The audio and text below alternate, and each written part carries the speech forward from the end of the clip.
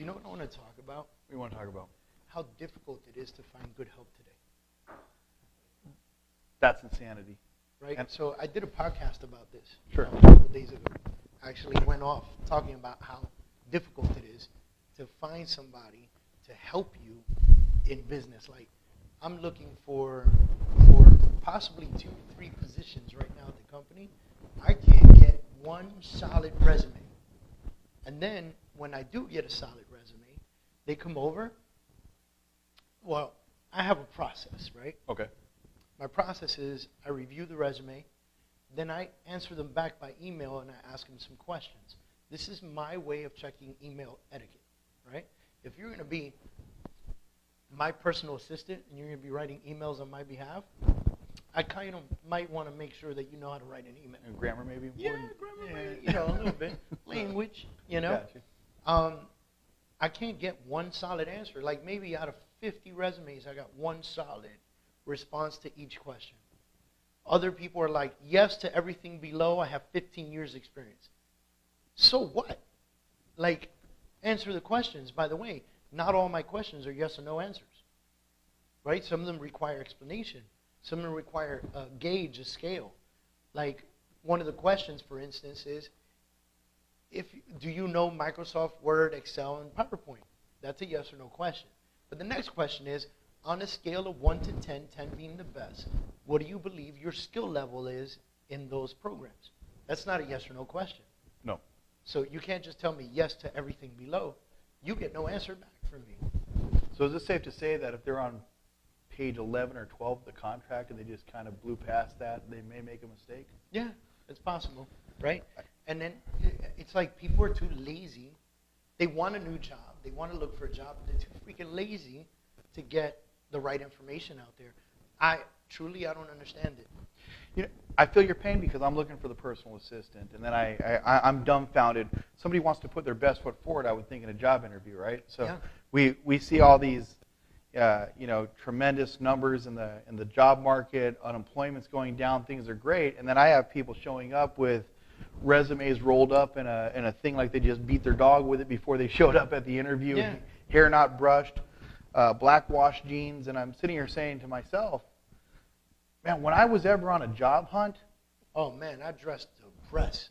I mean, the best I had, I didn't always have much, right? Sure. But the best that I had, like the Sunday suit came out for an interview. Come on, ladies and gentlemen. You're supposed to be trying to impress the person who you're trying to get hired by. Like, this is just some solid information, right? You know? Look. When's the last time you saw a resume in a folder? I'm going to say, did they actually bring the Or resume? That's the next question. Sure. You know, did they look like they just came out of the gym? Like, it's one thing on your way to the gym. It's a whole other thing when you look like you just came out of the gym. So let's segue this. Okay. Right? Real estate agents. When you go to a listing appointment, you're on a job interview. Every time, every day, all day. Every time. That not only are you interviewing the client, because I also believe that you get to pick and choose who you want to work with. Right. So not only are you interviewing the client, but the client is also interviewing you. And more so favorable on their side, because they're the ones who hire you. I think it goes even further than the listing appointment. I think how we carry ourselves even within the community. I know a lot of agents, I'll set up at a Starbucks sometimes. I've seen your laptop with the marketing on the other side of the laptop when you're out there. What amazes me is the sense of entitlement. It's funny. I mean, it's not a secret. I'll sell $1 million home in flip-flops, but you still carry yourself as a professional. Ultimately, like you said, the listing appointment is just part of the interview. What I don't understand is when somebody's so desperate for a job, they're trying to show you how they can take the weight off of your shoulders, lessen your workload by becoming your assistant, your admin. Why wouldn't you think the same way that I would go into a house and show you how I'm able to present your listing, the same way that I'm able to describe and create the theater of the mind and handle your marketing? Yeah. Why wouldn't you come in with a mindset that I'm there to prove to this guy that I can be his admin, I can be his right hand, I can make his life easier, right. I want that job. Our entire purpose as real estate agents is to help people with the transaction of a home, buy and sell, right? Mm-hmm. That's the end goal. In that process, we're psychologists, we're marketers, we're everything under the sun. So you're supposed to be going to this listing presentation dressed to the T, ready to go. Now listen, I say dressed to the T kind of loosely. I dress up. I like to wear a suit. I feel good in a suit. I don't feel uncomfortable in a suit. Some folks feel out of their skin in a suit. Mm-hmm. So go in what you feel comfortable in. So it's Miami, ladies and gentlemen. I got people showing up with $7,000 shoes, no socks, high water dress pants, and, you know, a fancy shirt. You rock the high waters jacket, ever? You know what I mean? I might not feel comfortable with high waters. You know, other folks are wearing three-piece suits, even if it's 100 degrees outside, right? Some guys wear ties, some folks don't, sure. Right? Then you have guys that wear flip-flops. You got guys that wear shorts and flip-flops. You guys, that's their style. Sure. That's what they do. They're known for that. Hey, I've got flip-flops that cost more than your Ferragamos, I promise you. You know, but at the end of the day, I think it also goes into how well prepared you are. Did you show up with the listing presentation rolled up? Did you even bring one? Sure. Right? Did you bring something, a takeaway for that client? Something they can hold on to and take away with them, right? Did you come with the appropriate information? Did you come with a resume? How many agents actually walk into a listing presentation with a resume? Mm-hmm. This is what I sold last year. This is my value. This is who I am. Let me introduce you to my team. This is who I'm with.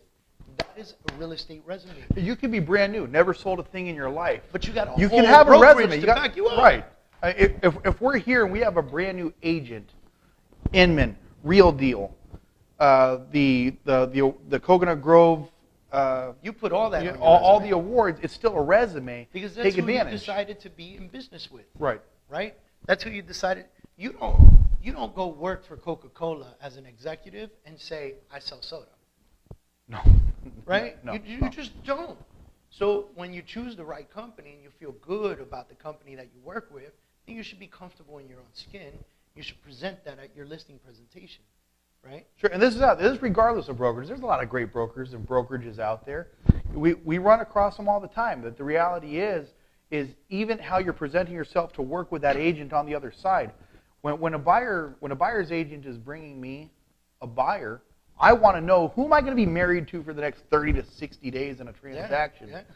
That's what I don't understand. I don't understand, is it a sense of entitlement? Is it an arrogance? Or is it a lack of education? I think personally, in my opinion, it's a mixture of lack of education along with laziness. Sure. There's a mix there, right? Because some folks have all the education in the world and they're being lazy about their presentation. And then some folks they want to do it, but they don't know.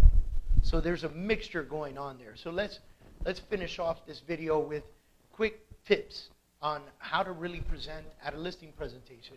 Step number 1, dress to impress. Absolutely. Right? Feel comfortable in your own skin. Be ready to rock and roll. Be ready to impress the seller and have them feeling like this guy showed up like this. This is how he shows up every day. If he cares about the way he looks, he cares about what he does. Those are the type of feelings you want to leave with a seller, right? Step number 2, come prepared. Every have time. a resume, have a presentation, right? Have comparables, have market knowledge, all ready to go.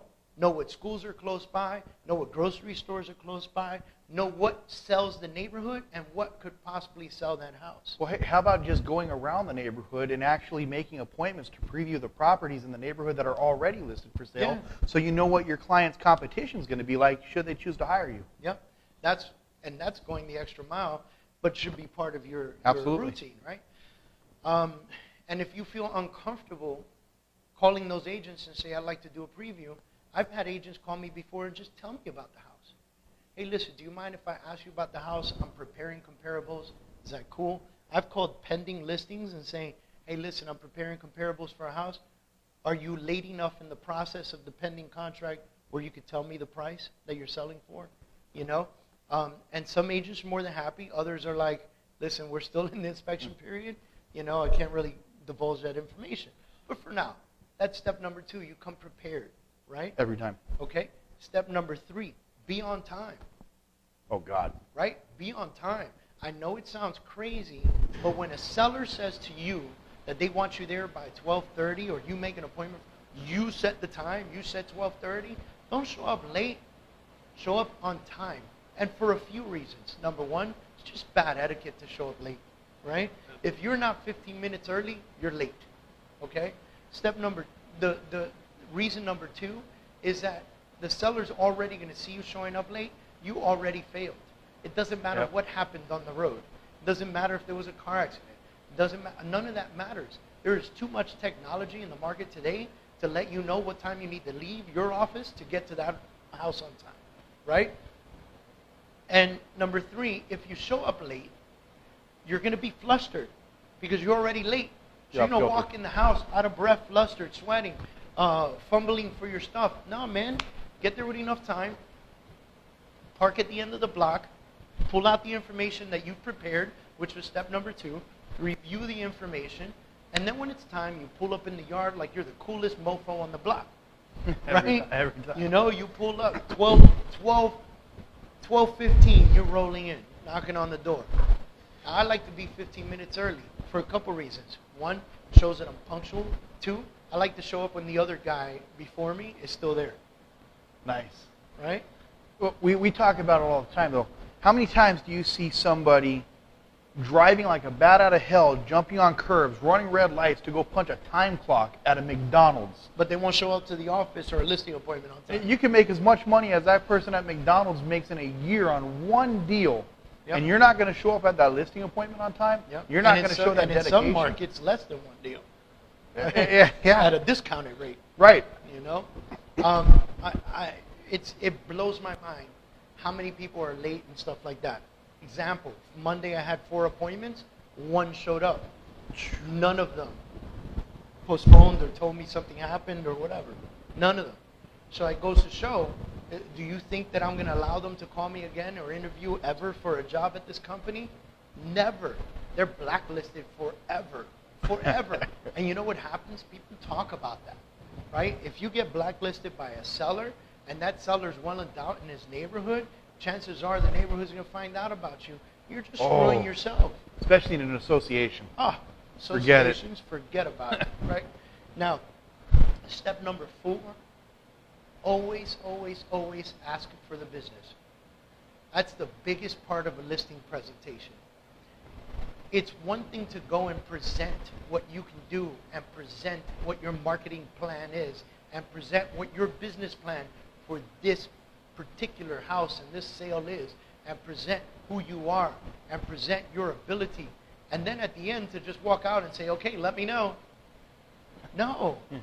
Before you walk out that door, you say, what would stop you from signing with me today? We need to put this house on the market. If the answer is, there's nothing I can think of, well then let's sign the paper. There's a few people I have to interview more. Do you want me to call them and tell them that they don't have to come? I'm happy to do that. As a matter of fact, I'll give them the common courtesy to come on over to the first Brokers Open that I hold, and they'll get premium preview opportunity on the home. Imagine. Right? I'm sure most of them told you they had buyers. Right? Hey, so let's bring them over first. Yep. Right? Think about this. If you're a seller watching this, how many realtors do you really want to interview? Yep. When you have somebody, think about this. If you were a seller and you had somebody actually willing to take that load off of your shoulders, to be willing to cancel those appointments if you feel that's awkward, why wouldn't you take advantage of that? And you're already showing initiative as a listing agent to be willing to go that extra mile to help that seller. Step number 5, follow up. Follow up is so critical. That's where everybody falls. If you don't get the business at that very moment, your consistent follow up is what will get the business. Okay? And if they sign with someone else, you ask them, may I ask you how long you've signed for? 6 months? Fantastic. I'm going to put you in my calendar to call you in 6 months and a day, if that's okay. Because I'd like to see if you sold the property. If you didn't, then I'd like an opportunity to revisit with you. But follow up, follow up, follow up, follow up, follow up. And even if you got the business that day or when you get the business, follow up is still key. Stay in touch with your sellers. Let them know what's going on. Talk to them about the marketing you're doing. Talk to them about the response you're getting. Every time you show the property, give them feedback, even if it's by text, email, or phone call. It doesn't matter. Leave them feedback on what is happening.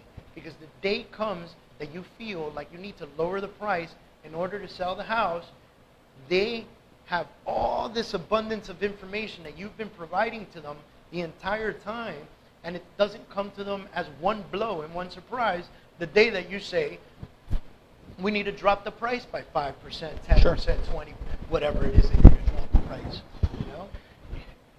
You know what, David? One of the most interesting things that I had heard in a training was that the majority of realtors stop following up after the third call. Yeah. It's not just the follow-up after you have the listing. How about the follow-up to get the listing? And you can even apply this to the interview process. Yeah. How many people have you interviewed who don't send you a follow-up email, who don't follow through and say, hey, it was great meeting with you. This is professional etiquette. This is what it shouldn't set you apart, but unfortunately, just that one little basic skill set sets you so apart because nobody does follow-up. And if it takes at least 10 follow-ups to be effective and everybody drops off at 3, then how do you plan on being effective if you're not even following up one time? Yep. Sad but true, ladies and gentlemen. So here you go. 5 steps to being prepared and having a successful listing appointment. All of that came from having a hard time finding a personal assistant, if you can believe that or not. We want to make sure that everybody out there is doing a fantastic job. If you are a hot real estate agent and you're getting shit done, make sure you hire right. There's always a saying, fire fast, hire slow. Make sure you get the right assistants by your side so that you can get the shit done at a faster, more even, and more productive pace. And believe it or not, your clients will appreciate that you have that kind of support. Thanks, everybody, for tuning in. We'll see you soon. Take care. Thanks, brother. Absolute.